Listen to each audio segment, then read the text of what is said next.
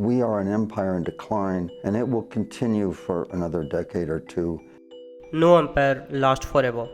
The Romans who built an eternal empire and lost it to themselves, to the British who once controlled a quarter of the entire earth landmass, now just confined ruling an island. So, is the empire we are living under today also becoming a part of history? The top 1% of Americans now hold more wealth than half the country population combined, and the gap is only widening. As jobs across the US are becoming fewer and more competitive, the Bureau of Labor Statistics recorded the lowest hiring rate since the 2008 financial crisis. And those who did find work are earning less than they did before in 2025. While all of this is happening at home, Pentagon is still funding wars with no decisive outcome, pushing the budget past $1 trillion. So, is America collapsing? Maybe not in the way people imagine, but it is showing the same symptoms that ended two of the greatest empires in history. And the United States is walking the same path that Rome and Great Britain crossed and never returned from. To understand how this happened, we have to go back to the very beginning at the exact moment when America became the American dream of the world. For almost a century, the American empire enjoyed total dominance on the world stage. And that dominance had a starting point. When World War II ended in 1945, the continent that had ruled the world for over 500 years was completely destroyed. And the only power left standing with enough money to rebuild it was America. America stepped in with the $13 billion Marshall Plan to reconstruct Europe only on one condition. Every nation that accepted the offer had to settle that trade in the US dollars, which meant from that point forward, every barrel of oil, every trade deal, and every transaction between nations on earth was conducted in the dollar. The dollar had just become the world currency. And once you control the money, everything else follows.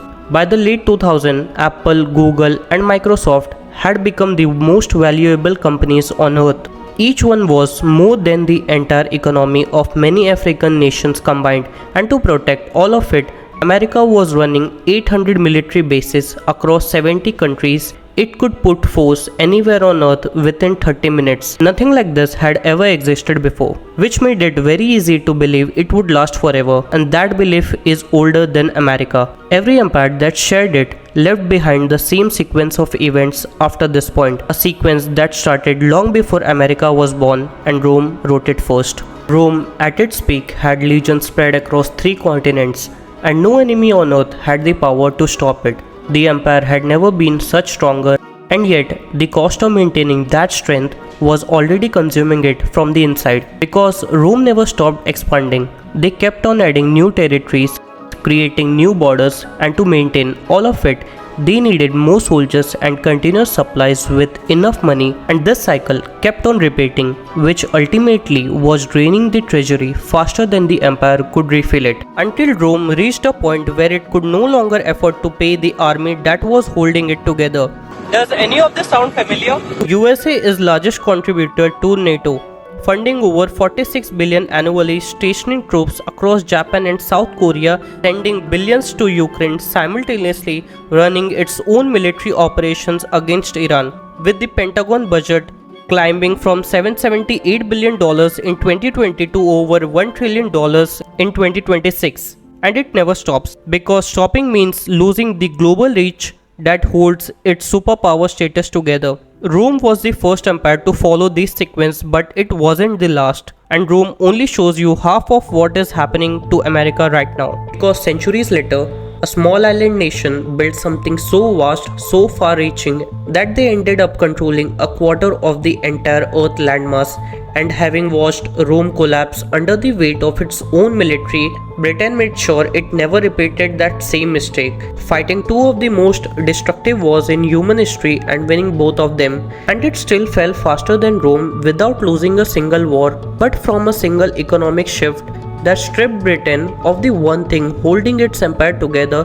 That same shift is already underway in America right now. After defeating Nazi Germany with the Allied forces, Britain re-established its superpower status, but just 2 years later, the cracks began to show. 6 years of war had pushed Britain's national debt to 270% of its entire GDP, with £3.4 billion owned directly to American creditors. and that number was so large that Britain was still making its payments on World War II all the way until 2006. And while Britain was paying that bill, the pound, once the most trusted currency in the world financial system, started losing its dominance so rapidly that in 1947 alone, the Bank of England lost $1 billion in reserve in a single month, and over the next few decades, it went from being worth $5 to the pound in the 1920s to barely $2 by the 1960s. And as the pound weakened, the dollar rose to replace it. Britain lost its place as the world reserve currency and with it, its position as an imperial superpower. The currency that replaced it is now facing the same moment.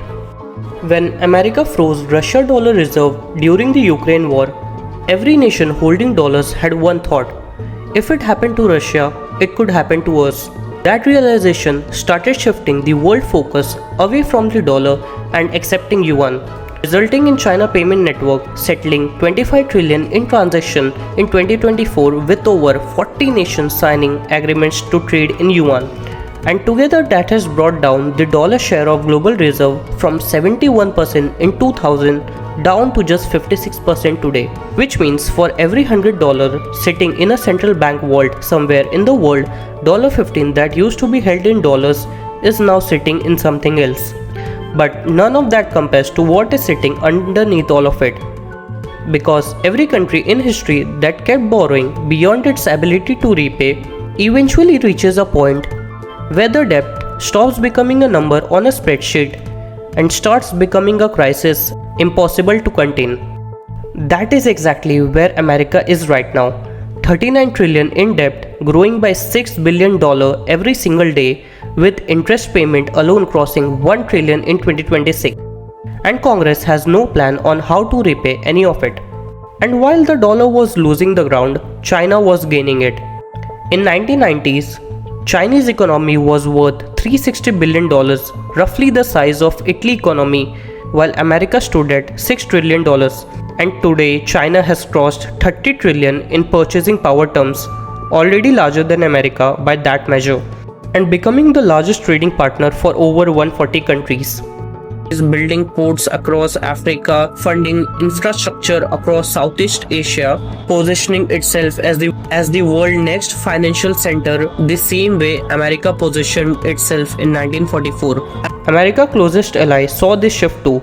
Germany committed to its largest military buildup since the World War II. France extended its nuclear umbrella across Europe in March 2026. And 24 nations signed onto a European air defense system that prepares for a world where America steps back. Because the country that spent decades under America protection have stopped believing that protection is permanent.